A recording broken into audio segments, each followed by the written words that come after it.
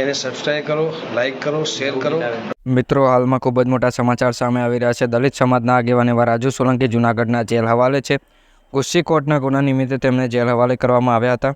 હવે તે કેટલા દિવસ જેલમાં રહેશે તેની ચર્ચા આ વિડીયોમાં આપણે કરીશું। વકીલો શું કહી રહ્યા છે, કેટલા દિવસ તે જેલમાં રહેશે તે બધું જ આપણે આ વિડીયોમાં જાણીશું। સૌપ્રથમ મિત્રો, જે ગુસ્સી ટોકનો ગુનો જેની પર લાગુ થાય તેને લાંબા અંતરે જેલમાં રહેવું પડતું હોય છે। તેને નામદાર કોર્ટ દ્વારા કે હાઈકોર્ટ દ્વારા જલ્દી જામીન મળતી નથી।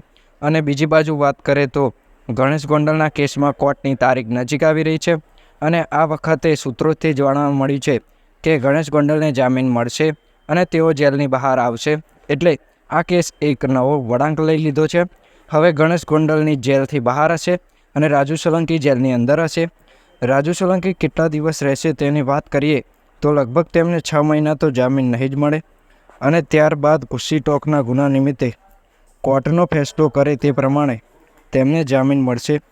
તેમના વકીલ જણાવ્યા મુજબ રાજુ સોલંકી પર ટોટલ 12 ગુના છે અને તેમની ગુનાહી ટોળકી પર લગભગ 20 કેસ એવા છે જેમાં લોકોને ધમકાવવા, અપહરણ કરવા, કેસ કરવા વગેરે કેસ સામેલ છે। પરંતુ તેમના વકીલ એવું કહે છે કે હજુ તે કેસમાં રાજુ સોલંકી ગુનેગાર છે તેવું સાબિત થયું નથી, છતાં પણ તેમની ધરપકડ કરવામાં આવી છે અને રિમાન્ડ મંજૂર થયા છે। સરકારનું આ જયરાજસિંહ જાડેજા અને ગણેશ ગોંડલના કેસથી મળીને રાજુ સોલંકીને ફસાવવામાં આવ્યા હોય તેવું રાજુ સોલંકીના વકીલ કહી રહ્યા છે। તમને શું લાગે છે કે તેઓ આ કેટલા દિવસ જેલમાં રહેશે? શું આજીવન જેલમાં રહેશે?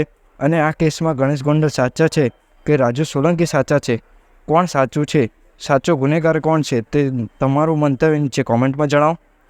અને વિડીયોમાં જાણકારી સારી લાગે તો વિડીયોને લાઇક કરજો, ચેનલને સબસ્ક્રાઈબ કરવાનું ભૂલતા નહીં। આવા વિડીયો જોવા માટે સબસ્ક્રાઈબ કરો। જય શ્રી કૃષ્ણ।